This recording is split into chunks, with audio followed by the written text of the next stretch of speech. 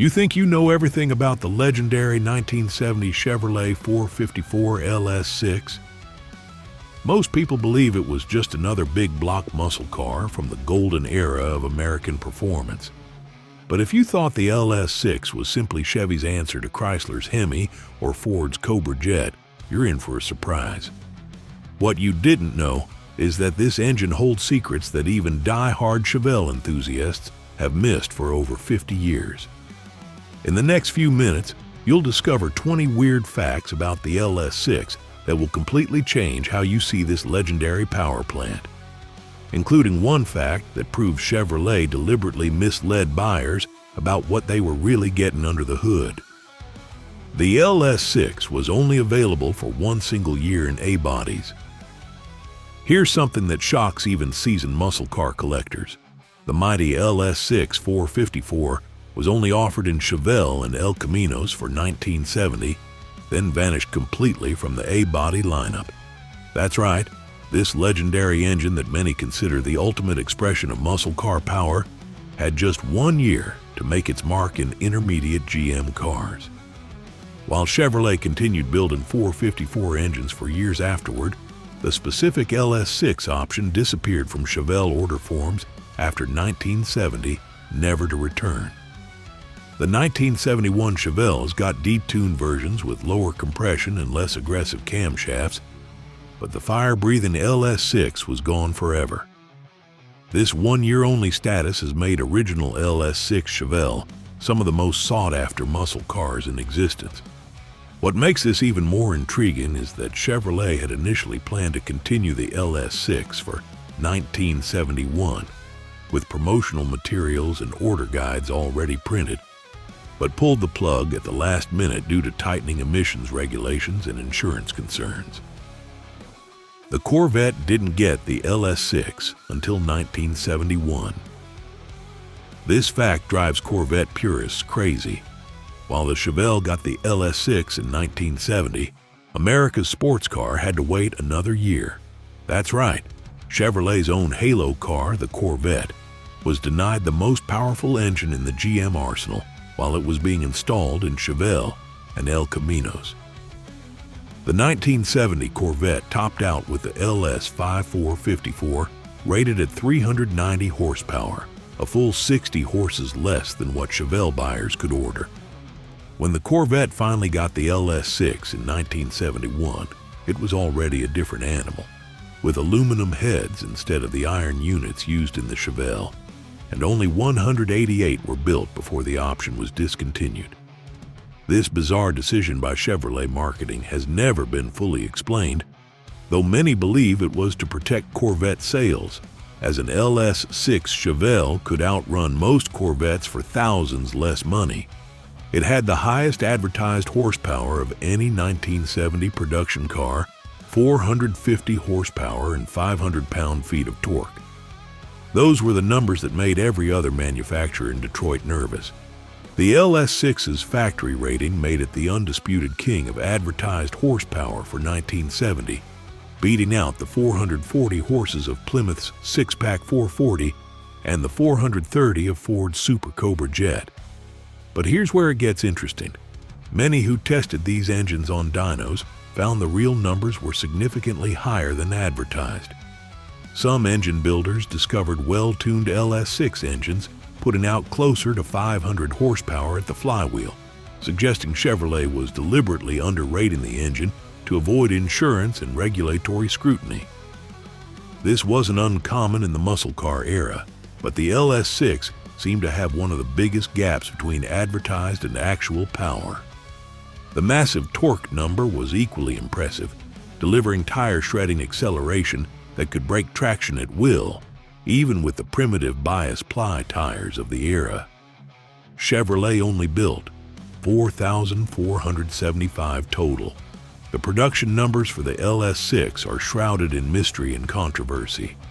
Official Chevrolet records show 4,475 total LS6 engines built for 1970. But these records don't clearly separate Chevelle from El Caminos. This has led to decades of arguments among collectors trying to determine exactly how many of each body style received the legendary engine. Making matters worse, Chevrolet's record-keeping from this era was notoriously inconsistent, with some cars documented differently at various stages of production. The relatively low production number means that surviving LS6 cars are incredibly rare today, with experts estimating that perhaps only 1,500 to 2,000 genuine examples still exist. The confusion over production numbers has also made the LS6 a prime target for cloning and counterfeiting, with many standard 454 cars being passed off as genuine LS6 models. Nobody knows exactly how many convertibles were built. Here's a mystery that has plagued Chevelle historians for decades. While everyone agrees that LS6 convertibles exist, nobody can say with certainty how many were made. Unlike hardtops, where at least rough production estimates exist, convertible production numbers remain completely undocumented. Some experts estimate as few as 25 were built, while others suggest the number could be as high as 200. The few documented LS6 convertibles that surface at auctions command astronomical prices, often exceeding $500,000 for pristine examples. What makes this even more intriguing is that Chevrolet definitely built them, as factory documentation and broadcast sheets prove their existence, but the company either lost or never properly recorded how many rolled off the assembly line. This has created a situation where every claimed LS6 convertible requires extensive documentation to prove authenticity, as the potential value makes them prime targets for sophisticated forgeries. The LS6 option only cost $263 extra. In today's world, where a decent paint job costs thousands, it's mind-boggling that the most powerful engine Chevrolet offered in 1970 only added $263 to the price. This was on top of the roughly $503 Super Sport 454 package, but still, for less than $800 total, buyers could upgrade from a base Chevelle to a fire-breathing LS6 monster. To put this in perspective, air conditioning cost about $360, meaning the ultimate performance engine cost less than staying cool in traffic. This bargain pricing is even more remarkable when you consider what you got: forged pistons, 4-bolt mains, solid lifter cam, aluminum intake, and all the heavy-duty components needed to handle the massive power. In today's dollars, that $263 option would be about $1,800. Still a screaming deal for what many consider the ultimate muscle car engine. It came with a solid lifter cam from the factory. While most muscle car engines of the era used hydraulic lifters for quieter operation and less maintenance, the LS6 came with an aggressive solid lifter camshaft that required periodic adjustment. This mechanical cam profile was key to the engine's incredible power output, allowing it to rev higher and breathe better than hydraulic cam engines. The cam specs were seriously aggressive for a street engine: 254 degrees of intake duration and 262 degrees exhaust duration at 50 thousandths lift, with valve lift of 520 thousandths intake and 550 thousandths exhaust. This meant LS6 owners needed to adjust their valves every few thousand miles to maintain proper performance, a level of maintenance most muscle car buyers weren't expecting. The solid lifter setup also gave the LS6 its characteristic aggressive idle and mechanical clatter that made it sound like a barely streetable race engine, which wasn't far from the truth. The cylinder heads were special rectangular port units. The LS6 didn't just use any big block heads. It got special closed-chamber rectangular port units with casting number 3964291. These heads featured massive 2.19-inch intake valves and 1.88-inch exhaust valves, larger than what most race engines were running. The closed-chamber design helped achieve the sky-high 11.25-to-1 compression ratio that gave the LS6 its explosive power. These heads flowed incredibly well for factory iron castings, moving enough air to support well over 500 horsepower with minor modifications. The rectangular ports were significantly larger than the oval port heads used on lesser 454 engines, providing the airflow needed to feed the engine at high RPM. Today, these heads are so valuable that restored ones can sell for thousands of dollars. And finding an unmolested original set is like striking gold for restorers. It used a special winter snowflake aluminum intake. The intake manifold on the LS6 was a work of art, a special aluminum high-rise dual-plane design cast by Winter's Foundry with a distinctive snowflake logo. This wasn't just any aluminum intake. It was specifically designed to optimize power in the LS6's operating range. The casting number 396-3569 intake was topped with a massive 780 CFM Holley 4-barrel carburetor that could flow enough fuel to support the engine's prodigious power output. The aluminum construction saved weight over iron intakes while also dissipating heat better, helping to keep intake air temperatures down for more power. This intake has become so iconic that reproduction versions sell for over $1,000 today, and original dated examples can fetch twice that amount. The Winter's Foundry that cast these intakes was already famous for making racing components, lending even more credibility to the LS6's barely streetable nature.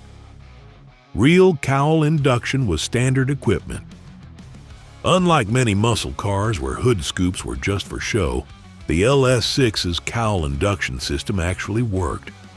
A throttle-mounted switch activated a vacuum actuator that popped open a flap at the base of the windshield, allowing high-pressure cool air to flow directly into the engine. This wasn't some simple decorative piece. It was a functional ram air system that provided a genuine performance benefit at speed. The system was so effective that drivers could actually feel the difference when the flap opened at full throttle, with a noticeable surge in power. The cowl area was chosen because it's a high-pressure zone on the car's body, naturally forcing air into the engine compartment. What's even cooler is that the system was completely hidden when closed, giving the LS6 Chevelle a sleeper appearance until you mashed the throttle and that flap popped open. Many owners disabled the system over the years, not understanding its function, making cars with working cowl induction even more valuable today. Deep groove pulleys were mandatory to handle the RPMs. Here's a detail that shows how serious Chevrolet was about the LS6's high RPM capability. Every single one came with special deep groove pulleys to prevent belt throwing at high engine speeds. These weren't optional or part of some heavy-duty package. They were standard equipment because regular pulleys simply couldn't keep belts in place when the engine was spinning past 6,000 RPM. The deep groove design required matching deep groove belts, and the entire accessory drive system was beefed up to handle the stress. This attention to detail extended to the water pump, alternator, and power steering pump pulleys, all specially designed for high RPM operation. It's these kinds of engineering details that separated the LS6 from lesser engines and showed that Chevrolet's engineers understood this wasn't just another big block, but a serious high-performance engine that needed special components throughout. Many used the same block casting as regular 454s.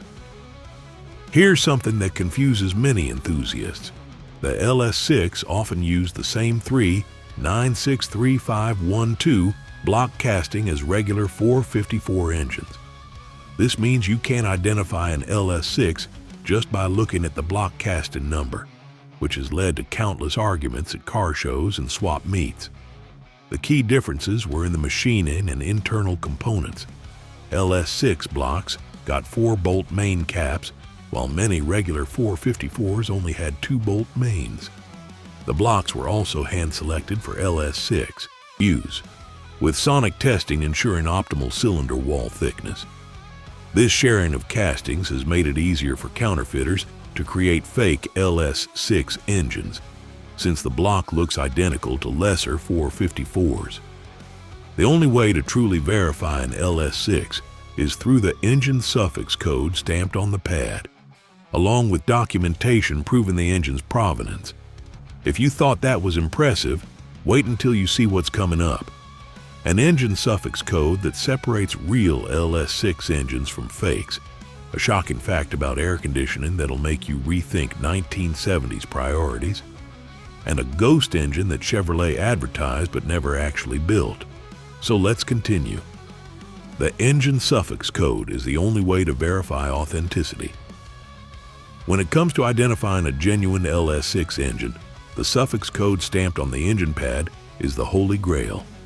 The most common LS6 codes were CRR for TH400 automatic cars and CRV or CRX for M22 manual transmission applications.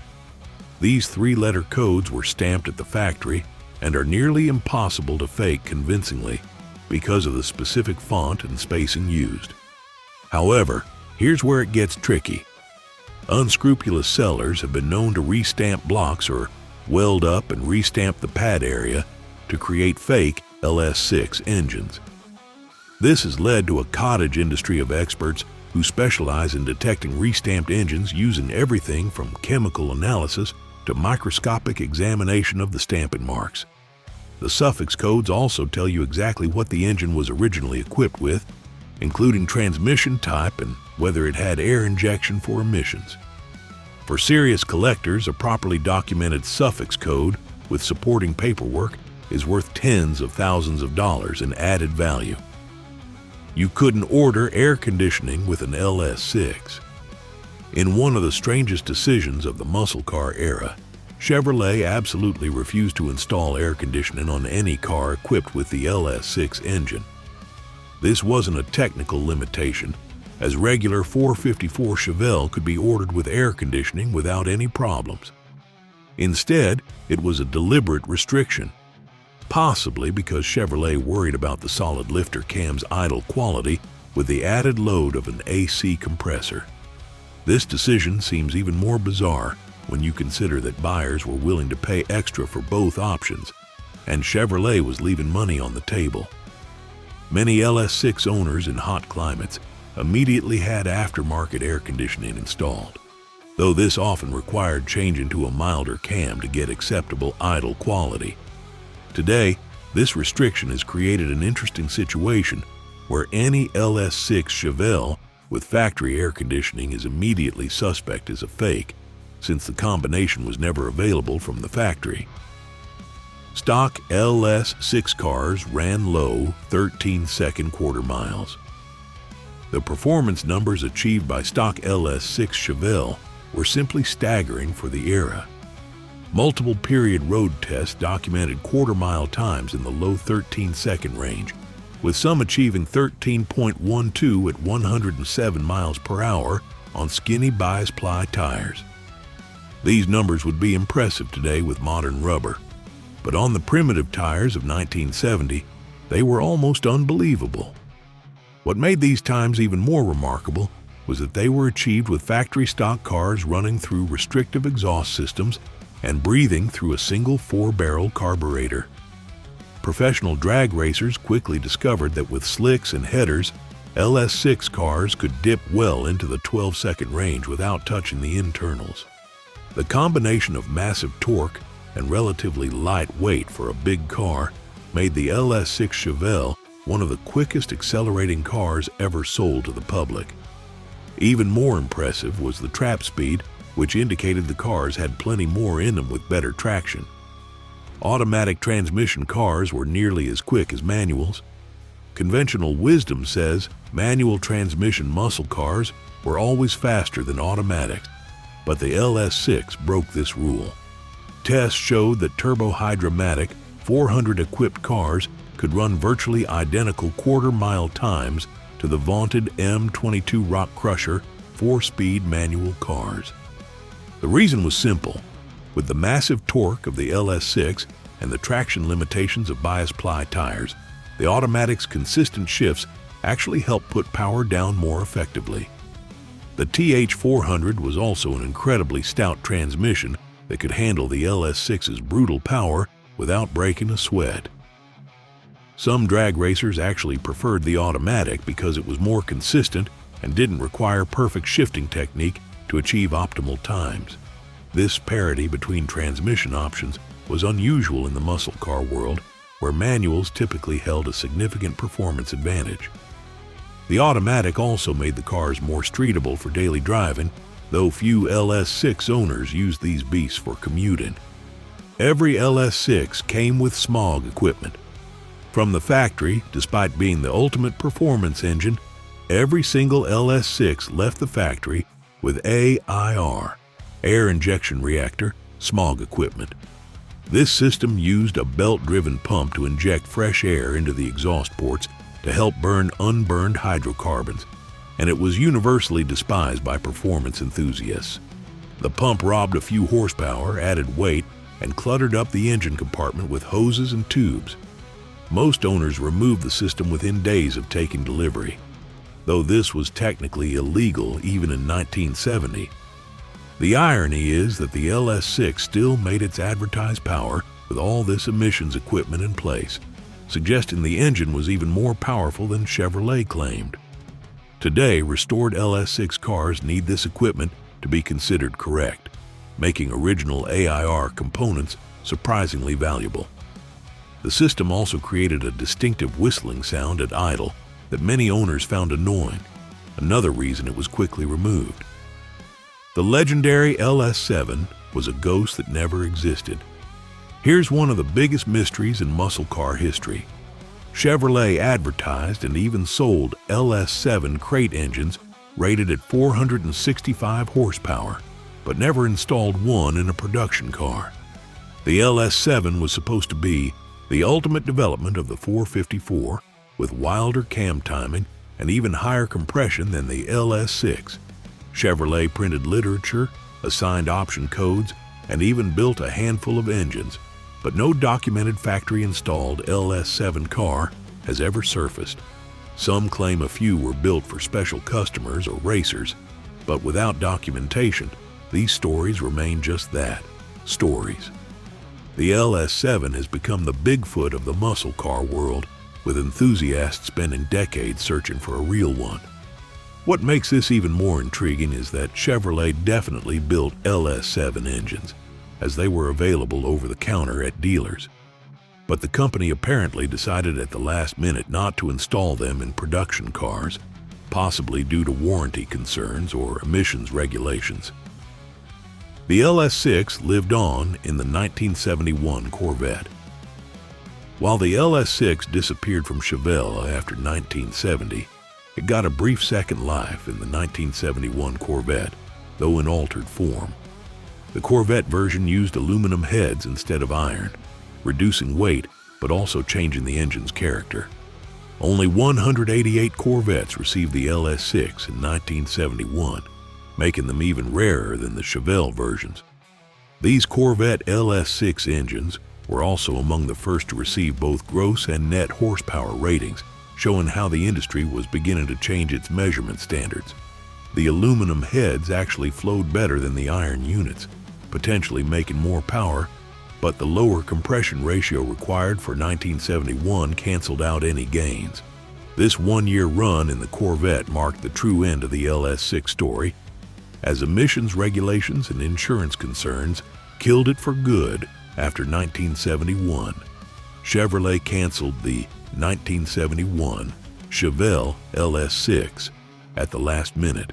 Perhaps the most frustrating fact for Chevelle enthusiasts is that the LS6 was actually planned for 1971 models. Chevrolet had printed promotional materials, dealer order guides, and even assigned option codes for the 1971 LS6 Chevelle. Some dealers actually took orders for the cars before Chevrolet pulled the plug in early 1971. The official reason was emissions compliance, but many believe insurance companies had pressured GM to stop offering such powerful engines in intermediate cars. This last-minute cancellation left some buyers who had ordered LS6 cars receiving LS 5454s instead, a significant downgrade in performance. The cancellation was so abrupt that some factory documentation still references the 1971 LS6 as if it existed, adding to the confusion. This decision effectively ended the muscle car arms race, as the LS6 represented the absolute peak of factory horsepower in an intermediate car. That's all for today, folks. If you enjoyed this video, don't forget to subscribe and hit that like button so you don't miss the next one. See you there.